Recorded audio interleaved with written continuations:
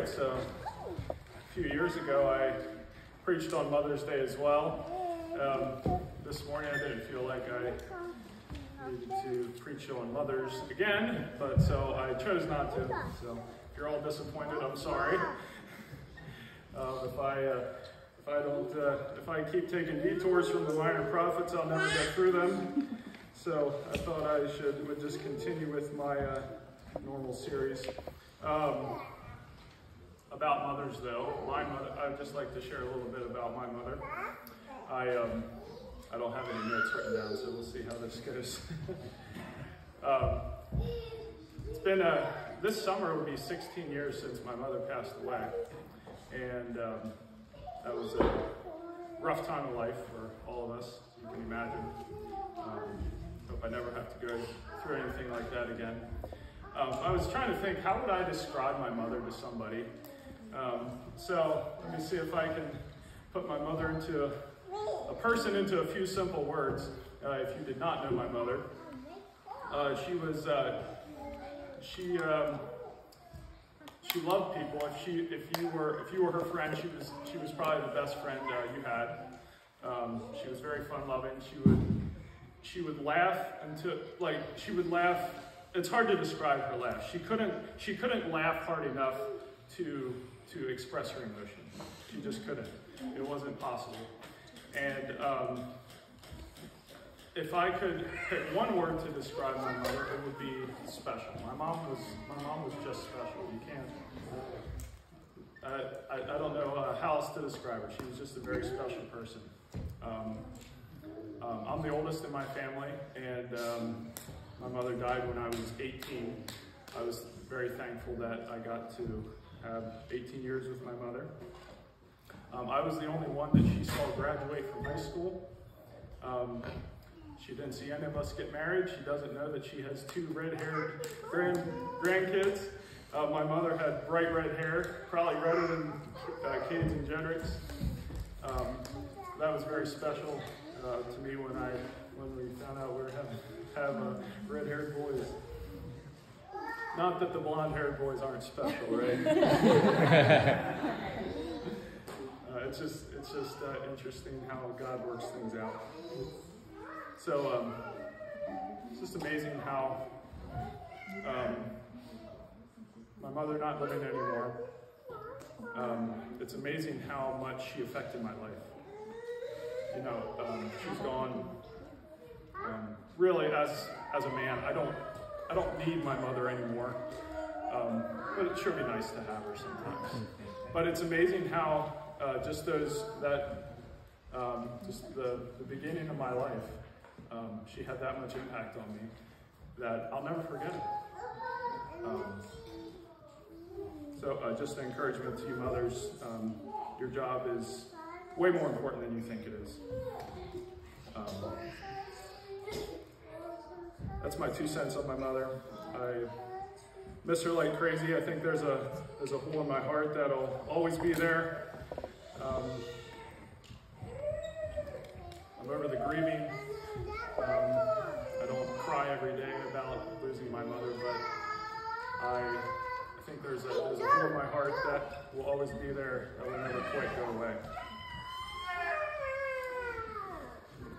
So, happy Mother's Day. All right, moving on to the minor prophets. Looked back at my sermon notes. I think I started the minor prophets in July of 2022. So we're 2 years later, ready for minor prophet number 8. There are 12, so you can open your Bibles to Habakkuk this morning. That's a great name for a baby. If you're gonna have a baby anytime soon, you can name your baby Habakkuk.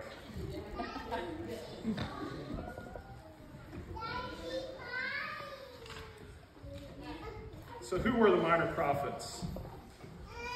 A prophet is someone who preached a God-given message to a specific person or group of people. The minor prophets, guys like Jonah and Nahum, were preaching to other groups of people. Most of the prophets were preaching to either the kingdoms of Israel or Judah. people of Israel had numerous prophets in their history. Guys like Elijah, Elisha, that didn't have a book associated with him necessarily. Isaiah's a major prophet. Guys like Nahum, Habakkuk are minor prophets. There was false prophets like Balaam. There was lady prophets like Deborah. There was New Testament prophets like Agabus and Anna. So the minor prophets had shorter prophecies than the major prophets, but their messages are still very important. They were, even though the messages were shorter, they were faithful in preaching what God called them to preach. Just remember, the Old Testament itself is not necessarily chronological. The minor prophets themselves, if you would just take the minor prophets, most of them are in their chronological order. Now, there will be other books of the Bible stuck in. If you take the whole Old Testament, the major prophets are mixed in with the minor prophets. Books like Esther, Nehemiah, Ezra are kind of mixed in with the minor prophets.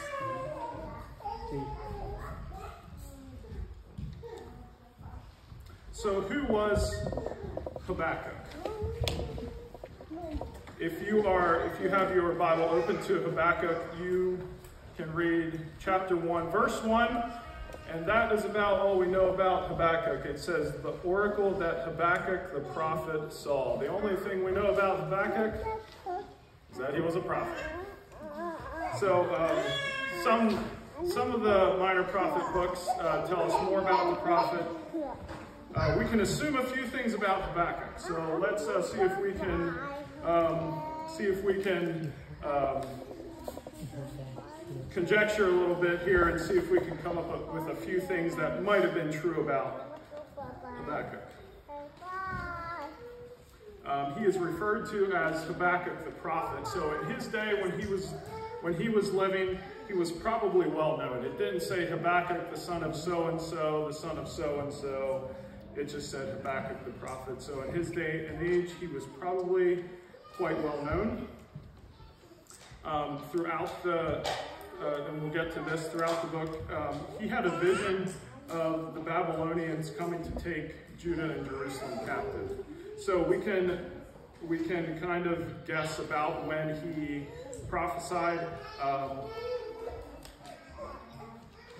He likely prophesied right after the reign of King Josiah, during the reign of King Jehoiakim. Josiah was a very godly king. If you ever read about Josiah, he did a lot to reform the land of Israel. But on either side of Josiah, right before Josiah, there was two evil kings, and right after Josiah, was a very evil king. And this was right after Josiah, during the reign of Jehoiakim, like I said. He pretty much got rid of all the good stuff that Josiah had done. So it was a time when violence and injustice were just rampant in the land of Israel.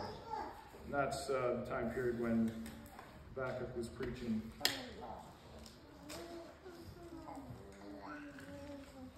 So just going to give an overview of the book of Habakkuk. 3 chapters, 3 pretty short chapters. If you want to sit down this afternoon and read through it all, it'll probably take you about 15 minutes. So my sermon's going to be longer than what it would take you to read the whole book. So the heart of the book of Habakkuk is Habakkuk. For most of the book, Habakkuk's just crying out to God. Habakkuk's not preaching, he's not pronouncing judgment. Now, he did write down God's judgments when God was talking to him, but a lot of the book is Habakkuk just telling God how he feels. So Habakkuk asked God, he said, God, why are you allowing all this injustice here in the land of Judah and Jerusalem?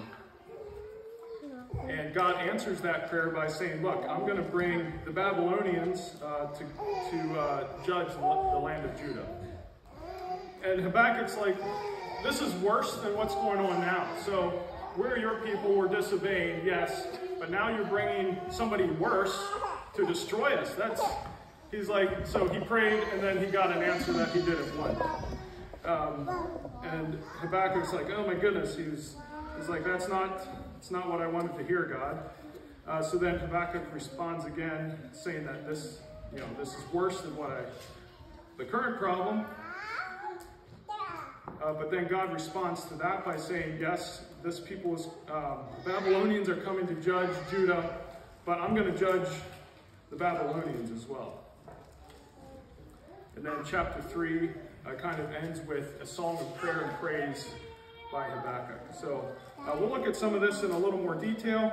If you want to just have your Bible open to Habakkuk, we'll skim through a few verses. I'll read a few as we go. As I reference them, maybe you can just glance over them. I'm not going to spend time reading all the verses. So just going through, that was just a brief overview. I'm going to give you an outline. We'll go by the groups of verses. I'll just explain each group of verses, just kind of what Habakkuk says in each section. If you look at chapter 1, verses 1 through 4, it's Habakkuk's first prayer. Habakkuk's cry for justice. For example, verse 4 says, so the law is paralyzed, and justice never goes forth. The wicked surround the righteous, so justice goes forth perverted. So, just unfair treatment. Evil people were in power. Righteous people were being abused. And then chapter 1, verses 5 through 11. This is God describing how the Babylonians will come and take Judah captive. Just explains how they'll do that. They fly like an eagle. They're swift to devour. They laugh at every fortress. There's nothing going to stop these guys. They're going to come take you captive. Starting verse 12 through the end of that chapter into verse 1 of chapter 2, it's Habakkuk's exclamation.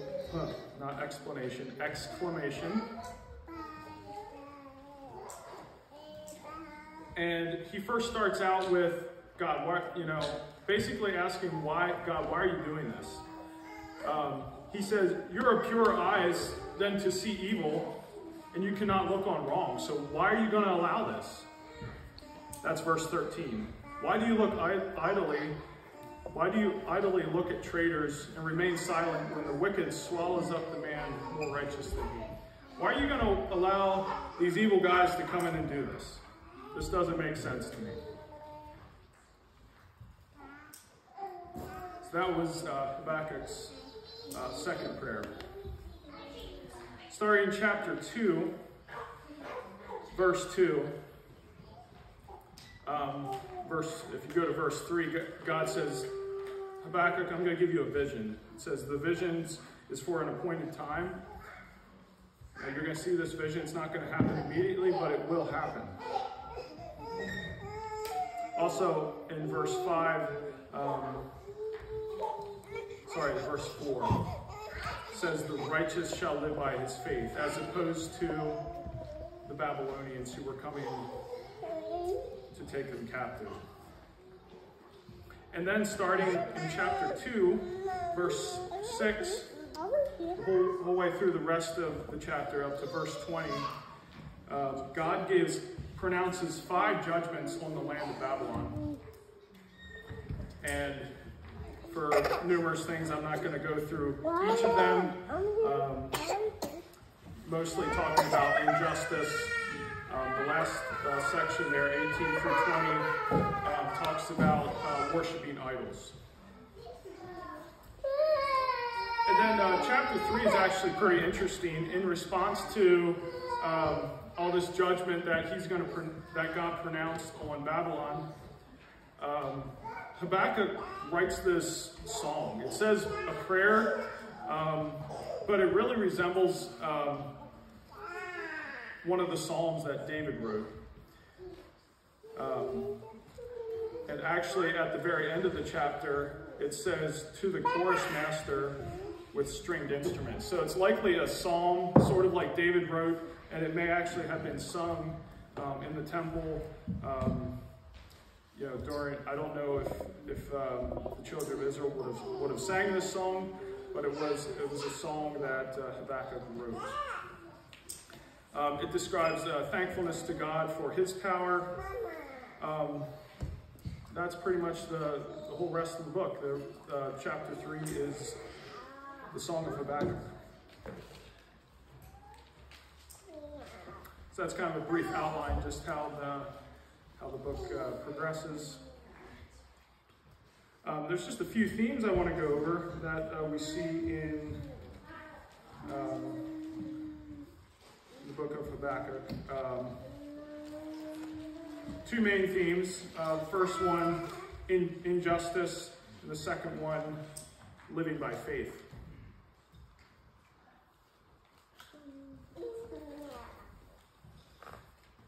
So in chapter 1, Habakkuk starts out saying, why does evil prosper? Why are the bad people getting away with the things that they're doing? People are unjust.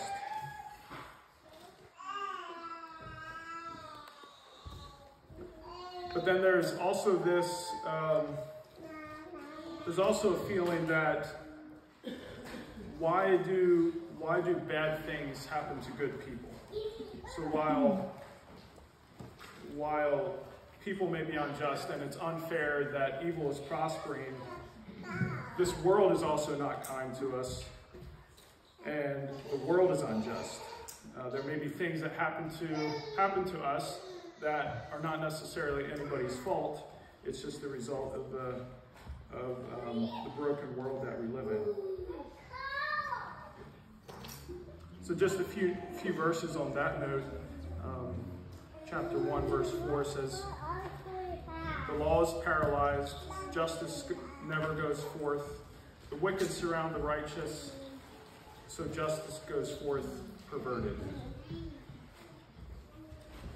And then verse 13, and I read these before, but they're good to repeat. Why do you idly look at traitors and remain silent when the wicked swallow up the man more righteous than you? So we can see injustice was going on. And of course, God pronounces judgment, as we see. So in chapter 2, God pronounced judgment. So the truth is, while evil people may prosper now, in the end, evil is going to be judged. That's the truth. So Habakkuk is pouring out his heart. He's like, God, don't let this happen. Don't let this happen. And while it might be happening now, it's not gonna last. Evil is going to be judged.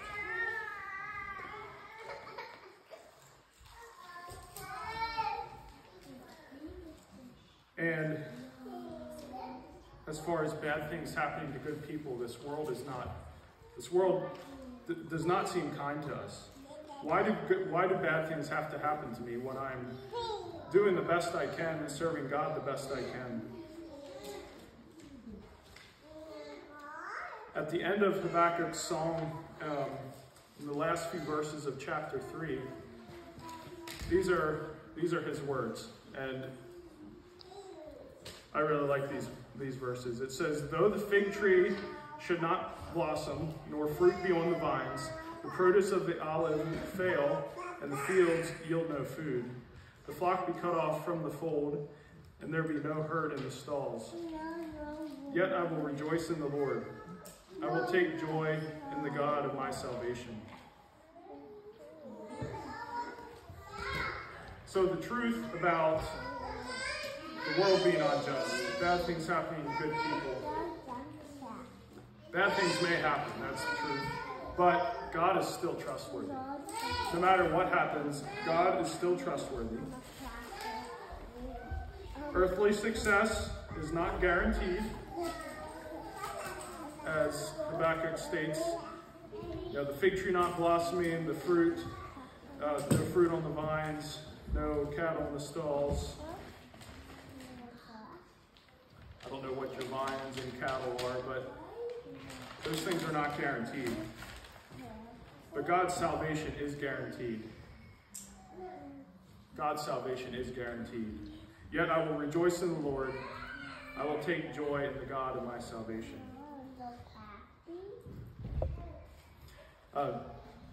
This topic just reminded me of a few other verses. 2 Corinthians 4:16, it says, though our outward man perish, yet the inward man is renewed day by day. While our world may be falling down around us, yet we can have spiritual peace on the inside. And I also thought of Job, who said, while he was at his lowest point ever, he said, though he slay me, yet will I trust him. While bad things can happen to us, even if God's going to let us die, are we still willing to trust him? And still have that peace on the inside, even though our life is falling apart.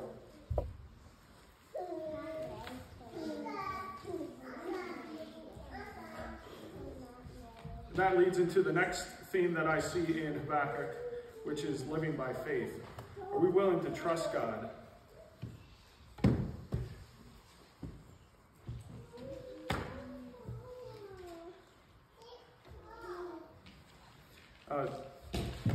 Chapter 2, verse 4 says, the righteous, in the King James it's going to say the just.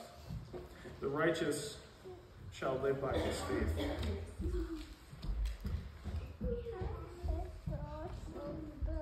So what does it mean to live by faith? Just like to talk about this for a few minutes. Faith is a way of life. Maybe a better question would be, where is my trust? What do I trust in to get me through this life? What am I trusting to make my life work? So if I'm not living by faith, what are some other things that I can live by? So I came up with just a short list here. There's probably some more. It's not an exhaustive list. Some people, like the Babylonians, live by force. They live by power. They were conquering other nations, gave them a feeling of power that they could take over a city, break it down, burn it up, take all the goodies, and feel good. It gave them a feeling of power. And we see groups like that today. We see certain countries doing that to other countries, certain groups living by force. You're most likely not living by that. You might be living by a position. Maybe your position in society, maybe your position at your job. We see that with certain church leaders. Just like to really soak that up and have a following. So maybe it's your position. Maybe you're living by self-righteousness instead of God's righteousness. Maybe you're living by self-righteousness. I'm a good person. I can do good things, and God owes me. That's how I'm going to get through life. That's how I'm going to get to heaven. And maybe sometimes we live by just practicality, materialism. You know, I can work hard and take care of myself. I can take care of my own needs. I pray to God and ask Him to help me, but I can pretty much do all the work myself. I just live by what I can see. If it's not real, if I can't see it, then it's probably not true. But yeah, practicality, materialism. So are we really living by faith? Faith is a way of life. We can't, it's going to be hard for us to separate separate our faith from our true life. If I'm living by faith, it's going to affect every area of my life. So those are the two biggest themes that I saw in the book of Habakkuk. Injustice and also living by faith. Now, probably one of my favorite parts of going through the minor prophets is looking at the correlations, which is verses and the prophets that are quoted in the New Testament. And I think there's only 2 verses in Habakkuk that are quoted in the New Testament, only 2 that I found.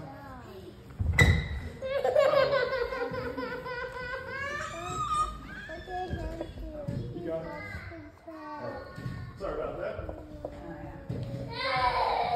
He'll be fine, he always is.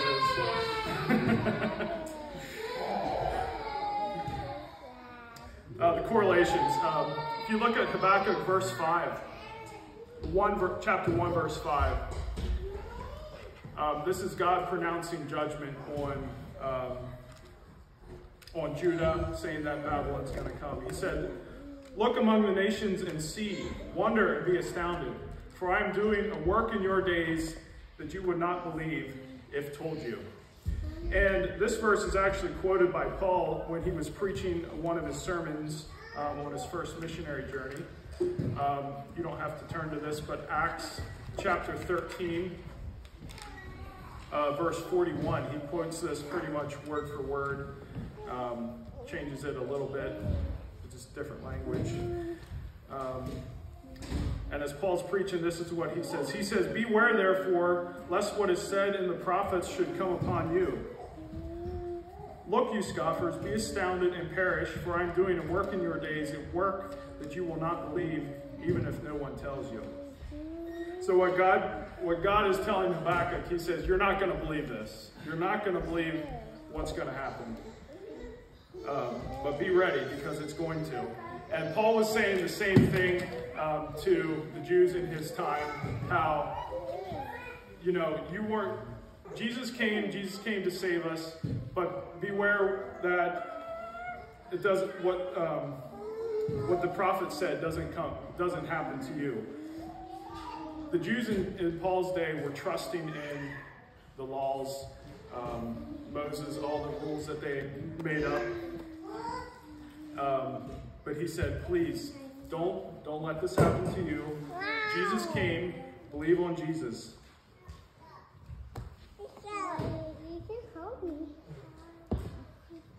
The second verse that's quoted in the New Testament is Habakkuk 2, verse 4. The righteous shall live by his faith. This was actually quoted several times in the New Testament. It's quoted in Hebrews 10:38. That's right before Hebrews chapter 11, which we know as the faith chapter. Paul also quotes it several times in his writings, Galatians 3:11, when he's talking about works versus faith. Also mentions it in Romans 1:17. So it always amazes me how these New Testament guys, the preachers, Jesus, Paul, Peter, the guys who gave sermons in the New Testament, how they pull out certain verses from the prophets to quote in their scriptures. And it seems like as though they're just preaching along and preaching their thing, and they just pull out a verse. It's not like they have their Bible and they're like, oh yeah, what's that verse back here in Ezekiel? No, they had it all memorized. They knew the prophets like the back of their hand. It's always a challenge to me. How well do I know the Bible? Could I just come up here and preach without notes and just quote verses off the top of my head? I can't do that. Just a few more verses out of the book of Habakkuk that I'd like to bring out here. Just a few verses that jumped out to me while I was studying They don't really fit into my outline anywhere, but just some verses that challenge me. Chapter 2, verse 20.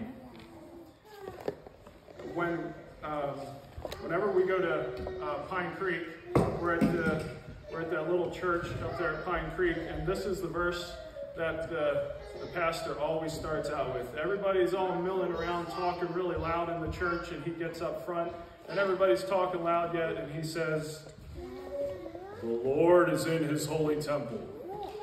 Let all the earth keep silence before him." And then we're all quiet. I found this verse interesting. This is at the end of the section, verses 18-19, talk about how the Babylonians worshipped idols.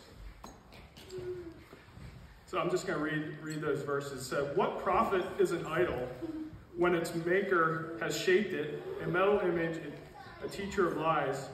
For its maker trusts in his own creation when he makes speechless idols." Isn't this the silliest thing, God says? Isn't this the silliest thing that this guy makes an idol? He creates it, he designs it, he fashions it, and then he worships it. Is this, don't we worship something that's greater than ourselves? But no, they worship the thing that they made. He's like, what profit is that?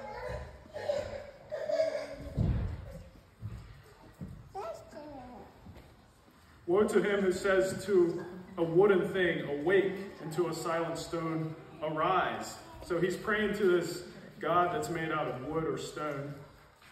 It's overlaid with gold and silver, and there's no breath in it at all.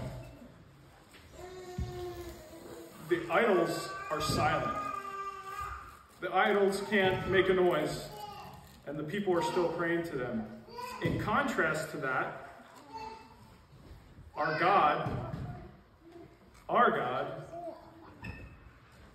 is not silent, but he calls us to be silent before him. I just found that was a neat contrast. Be still, the verse comes to mind, "Be still and know that I am God." The second verse that spoke to me, chapter 3, verse 2, just a few verses after this. Chapter 3, verse 2, the beginning of Habakkuk's prayer. I'll read the whole verse. The last line is what stuck out to me. "O Lord, I have heard the report of you and your work. O Lord, and your work, Lord, O Lord, do I fear. In the midst of the years, revive it. In the midst of the years, make it known. In wrath, remember mercy."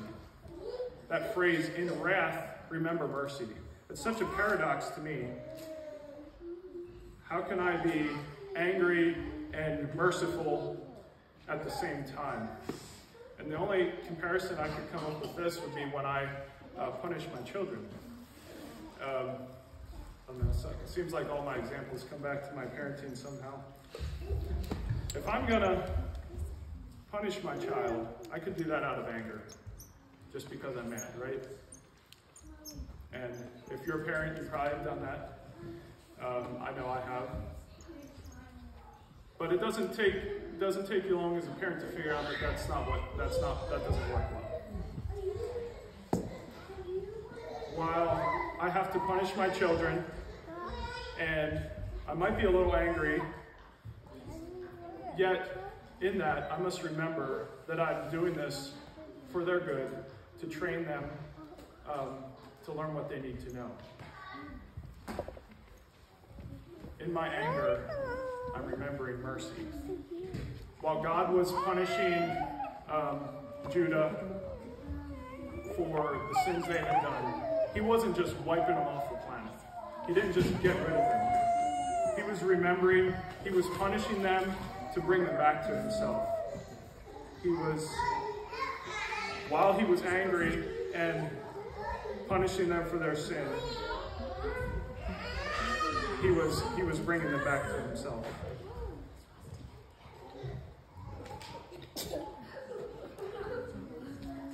So in conclusion, the book of Habakkuk, a lot of what we see is Habakkuk wrestling with the injustice in the world, what's happening, why it's happening this way. He realizes that we got to live by faith. We can't just live by what we're feeling and what we're seeing. And in the end, Habakkuk says, do you know what, God? I'm going to praise you. I'm going to trust you no matter what happens. And that was as he had a vision of the land of Judah coming and being taken captive. Even though something bad is going to happen, even though he knew something bad was going to happen, he was still going to trust God, put his hope in God, and trust, live by faith. All right, so that's pretty much my rundown on the book of Habakkuk. I asked somebody one time, how do you feel about my sermons on the minor prophets? And he says, yeah, it feels more like teaching than preaching. So yes, that was kind of my goal, just kind of to give us a little more insight into these obscure prophets. Not necessarily bring a lot of doctrine. I don't feel like I'm preaching so much as I'm just teaching you about who these guys were. That was Habakkuk. Let's just have a word of prayer. And Brock, if you have something. God, thank you for today. Thank you for time we could come to your house, worship you, look into your word. God, I feel like we feel like Habakkuk a lot of times where, God, bad things are happening. We don't know why. It's just not fair. Why is all this stuff going on? God, I pray that no matter what happens, no matter how it happens, God, I pray that we would keep our focus on you, that we would trust you in the good times and the bad times. God, I pray that you would teach each one of us to live by faith. So often we just want to trust what we can see. We want to trust ourselves. We want to trust our stuff. We want to trust anything but you. God, I pray that we would turn our eyes to you so we can trust in you, so we can live by faith. God, pray, bless each one here today. Give us a good rest of the